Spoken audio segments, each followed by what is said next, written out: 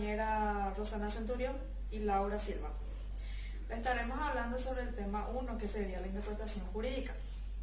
Bueno, la interpretación jurídica es una actividad que consiste en establecer el significado o alcance de las normas jurídicas. Hablar de interpretación jurídica es igual al referirse a una actividad que comprende a todas las normas jurídicas y no únicamente a las normas legales que produce el órgano legislativo. Bueno, interpretar consiste en desentrañar el sentido o alcance y aplicación de las normas. Luego está la hermenéutica jurídica, que es el método empleado en la interpretación de los textos legales. También está el objeto de la interpretación jurídica, que son las normas jurídicas y otros estándares como los principios generales del derecho. Existen varios tipos de interpretación de la ley, como la interpretación de contratos, sentencias, pero nuestra interpretación jurídica se refiere claramente y únicamente a las normas jurídicas, y desentrañar el verdadero sentido y alcance de esas normas. También están la finalidad de la interpretación jurídica. La finalidad es encontrar soluciones a los conflictos entre las reglas o normas dadas por el propio ordenamiento jurídico. También voy a citar los elementos de la interpretación. Uno es el presupuesto de hecho, que es lo que yo voy a interpretar. El segundo es el contexto, que es lo que se divide en concreto. ¿Cuándo se va a interpretar cualquier situación no concreta? Está también los aspectos normativos y valorativos, que es determinar de acuerdo a los métodos de interpretación y valor que le damos a cada norma constitucional o legal que vamos a interpretar. Luego están los argumentos, que son razones que va a exponer para sustentar su posición respecto al hecho. También están las consecuencias, que son las conclusiones de la interpretación, que se plasma de acuerdo a la clase de interpretación en una decisión o sugerencia. Bueno, ¿quién interpreta la ley? El que hacía la ley es la que debería interpretarla, y ahora se dice que la ley debe interpretarse, por quien la aplica. Y los únicos que pueden interpretar la ley son los jueces o del Poder Judicial. También están las importancias de la interpretación jurídica. Es importante porque le da un sentido a la norma. Cada abogado interpreta diferente las normas, buscando convencer al juez que su interpretación es la correcta. Luego están las escuelas características de la interpretación jurídica. Una de las características más importantes para mí son las reglas, que deben ser claras, sistemáticas y metódicas, para así evitar la ambigüedad durante el proceso interpretativo. Únicamente se remite a establecer el verdadero sentido, significado y alcance de la norma jurídica. También están las escuelas de interpretación jurídica. El primero es la escuela subjetiva o exegética. Esta escuela establece que la única fuente de interpretación debe ser el derecho, o a quien se le dio el mandato originario para que pueda interpretar una norma.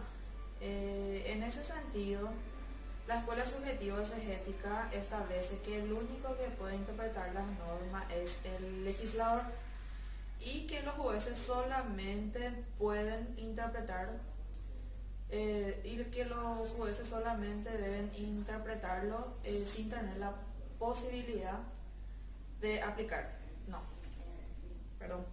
Y los jueces solamente pueden aplicarlo sin tener la posibilidad de interpretarlo. También está la escuela objetiva. Esta escuela obliga al intérprete a perseguir el sentido o significado que radica en la propia ley, en sus ideas y en las consecuencias por ella impuestas, por ella implicadas, y no en la voluntad del legislador. Luego está la escuela de la teoría absolutista. Esta escuela reconoce únicamente el alcance literal o significado real de las palabras empleadas.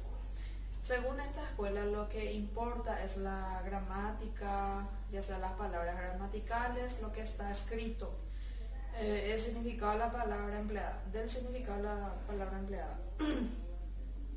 Y por último tenemos la escuela de interpretación libre. Este consiste en que si el texto es diáfono, entonces se acude al método exegético, es decir, hay un apego a la ley, que de lo contrario aplicamos la escuela del derecho libre o se acuden a otros métodos o escuelas de interpretación. Los principales postulados son que se oponen al formalismo, también el derecho es libre e independiente del estatal, pero se origina de él.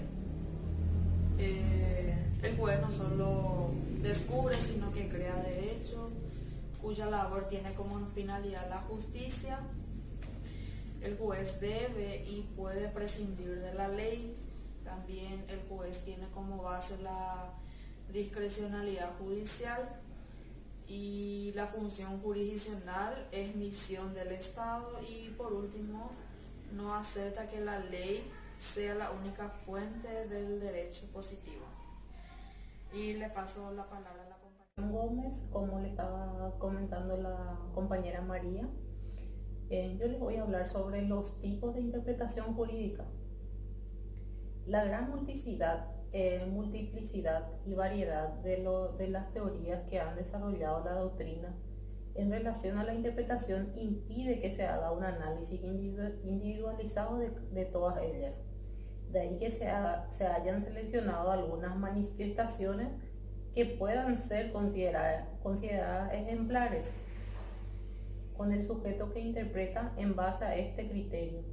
Se distingue entre interpretación auténtica, judicial, doctrinaria y popular. La interpretación auténtica es la realizada por el propio autor de la norma, es decir, la realizada estrictamente por la misma persona que elaboró la norma. La interpretación usual, esta interpretación la hace quien la aplica la ley, es decir, el órgano jurisdiccional que se divide a la vez en judicial, que es la que elabora el juez, o jurisprudencial, que generalmente la realizan los tribunales colegiados del circuito, y la misma Corte Suprema de Justicia de cada nación. La interpretación doctrinaria es una de las interpretaciones más grandes y es realizada por personas que se dedican al estudio del fenómeno jurídico, entre ellos jueces, jurisconsultores y abogados. Tenemos también la interpretación popular, que es realizada por personas que tienen poco o ningún conocimiento sobre derecho. La interpretación estricta. La interpretación estricta se presenta cuando al interpretar el operador jurídico se ciñe a lo que dice la norma, limitándose a aplicarla. Voy a hablar sobre el método de interpretación jurídica. Los métodos de interpretación jurídica son 5. Entre ellos, el método exegético y gramatical es la que hace conforme a la letra de la ley, al sentido exacto y propio, y no al amplio de interpretar. Se utiliza cuando las palabras tienen un solo significado, el cual es precisado oficialmente en el diccionario de la lengua en el que está redactado. La interpretación lógica. Este método consiste en tele significa fin, lógico, y también en el pensamiento cuando hablamos del método teleológico. Se habla de desentrañar el fin formativo espíritu de la ley, el objeto que persigue una disposición. También tenemos la interpretación sistemática. Este sistema parte del principio filosófico de que el derecho hace parte de un sistema y que habrá que analizarse como parte del mismo sistema. Por tanto, la aplicabilidad de la norma se habrá basada en el sistema en el que pertenece. Y por último tenemos la interpretación histórica y el del método savigniano. A la luz del método savigniano, la ley de la expresión del derecho popular y el legislador es el verdadero representante de ese espíritu de naciones. Mi nombre es Laura Silva. Le voy a estar hablando de las reglas prácticas de la hermenéutica jurídica. La hermenéutica jurídica es la que abarca el procedimiento o conjunto de normas aplicadas para interpretar la normativa legal de un caso determinado. Su objetivo consiste en estandarizar el proceso de interpretación, que es para garantizar la equidad y la similitud en la toma de decisiones. La hermenéutica jurídica ha sido utilizada desde hace más de 2 siglos en las ramas jurídicas, pero no es fácil lograr una correcta interpretación si es que no se cuenta con reglas precisas. Y existen reglas, además de los modelos de interpretación que conocemos, ciertas reglas utilizadas en forma antojadiza por los intérpretes. Esto ocurre cuando se encuentran ante un vacío legal o cuando el método interpretativo que utilizan resulta insuficiente para dar una solución acertada a estas reglas. También se le denomina máximas, adagios o aforismos y son utilizados universalmente por la doctrina, la jurisprudencia y los intérpretes. Está el argumento de analogía a pari, donde existe la misma razón, debe existir la misma disposición. Aunque este argumento se encuentre revestido de una analogía incontrolable. Está el argumento de la contradicción a contrario sensu. En sentido contrario, es de frecuente empleo forense para la interpretación de los textos legales. Tiene el mismo esquema que la analogía, está ligado en forma estrecha al principio de plenitud del ordenamiento y es una exigencia impuesta por este, al igual que el argumento analógico, sobre todo en aquellos campos, por ejemplo, como el derecho penal. Después está la argumentación a fortiori, se expresa con mayor razón, su fundamento radica en la extensión de la ley a un caso no previsto. Por ello concurren razones más importantes para aplicarla también. Existen 2 variantes de dicho argumento que se expresa de la siguiente manera: a minori ad minus y a minori ad majus, que significa quien puede lo más, puede lo menos, y quien puede y a quien está prohibido lo más, le está prohibido también lo más. Y está el argumento de la no distinción.